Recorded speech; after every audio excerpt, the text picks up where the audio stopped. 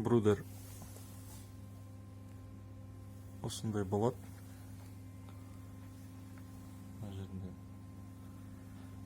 вентиляционный отверстиялары бар.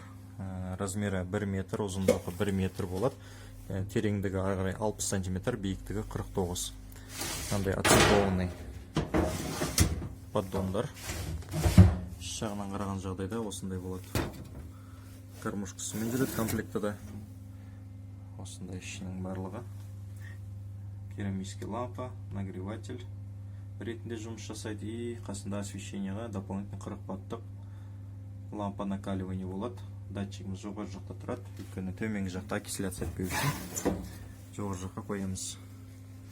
Осындай размері айтылды. Бройлер балапаны 70, суточный кезінде 70-80, бөденлер 200-ге дейін кетеді. Бірінші уақытында енді бөден бройлерларға мына сетка болады, ал енді бөденлерге үстіне материал, пеленка бірдеме салсаңыздар жақсы болады. Стеклосы орг стекло, купе сияқты ашылып жабылады. Бүйтіп көтеріп жоғары алсаңыз да болады. Ішін жуып бірдеме істеймін десеңіз, солай қолданылады. Бұл бюджетный вариант, самый несі, ең арзаны 35 мың теңге болып отыр қазіргі жағдайда. Мынандай терморегулятормен қолданған. Автоматически температура задавать етесіз, өз автоматически поддерживать етеді керамический лампа арқылы. Қасында дополнительный освещение, яғни лампа 40 ваттықты диммер қолданылған. Реостат жарықты көбейтіп сығырайтасыз, азайтасыз яғни. Мына келесі розетка, бұл келесі брудер запитывать ету үшін бір-бірімен. Мынау вариант, бұл кормушкасымен жүреді, яғни бұл 2000 теңгеге қымбатырақ болады. Наружный кормушка болады, сыртынан себесізде балапандар ішінен жей береді. Мына сияқты специальный аржанды несі бар, түсетін, жем түсетін жері. Бұл брудерда тура сондай размер, комплектациясында осылай кормушка пайылғысы да жүреді.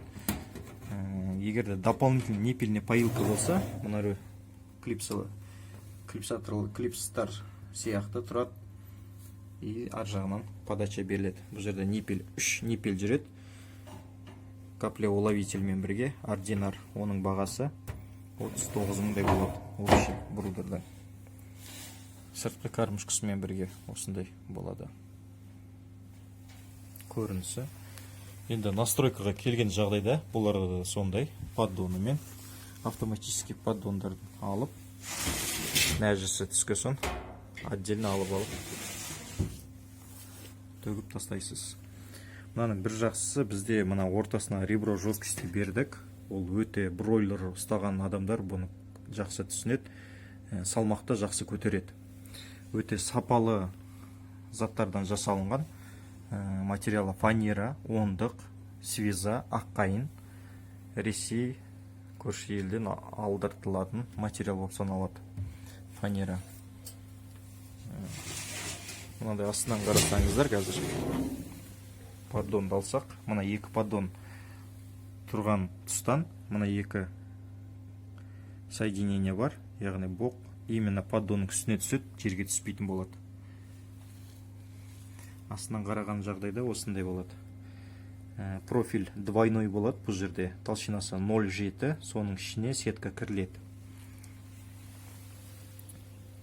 Одан кейін сеткасын ақырындап шеттерін ағытып, егерде мына полный алып ішін жуып чаямыз десеңіздер, мына болттарынан ажыратып, астын түсіріп, сеткасын алсаңыздар болады, отдельно ауыстыруға. Брудерді разбираться седе болады. Осындай. Енді терморегуляторын настройкасына келсек, мысалы, мына жерде модель W. Жерде көрінбейді, қазір мына екінші терморегулятордан көрсетейін сіздерге. W3002 деген терморегулятор 220 мен істейді. Бұл жерде нижний порог, верхний порог, яғни 36 мен 37 арасында поддерживать тұрады температура. Оны қалай задавать етеміз? Мысалы, сетті басамыз, P0 ол астыңғы порог температура, P1 үстіңгі порог температура, яғни өшетін. Мысалы, P0-ді біз 36-ға қойдық, P1-ді 37-ге қоясыз. P1-ді қостыңыз, кіресіз, көбейтесіз немесе азайтасыз. Сол сияқты P0-ді да көбейтесіз, азайтасыз. Арасын 1 градусқа қойған дұрыс болар.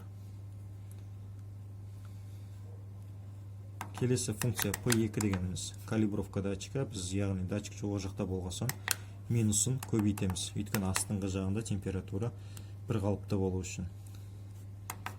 Келесі P3 деген режим. Бұл жерде режим ожидания включения. Оны 0-ға қоямыз. Бізге керегі P0 мен P1. Соны бір қоямыз да, одан кейін P2 мен температурасын ыстық болып кетсе азайтасыз минустан, плюсқа қарай жүресіз. Я болмаса температура жетпей жатқан жағдайда онда минусқа қарай жүресіз. Сол бір екі движениядан қоя салған жақсы болады. Осындай терморегулятор.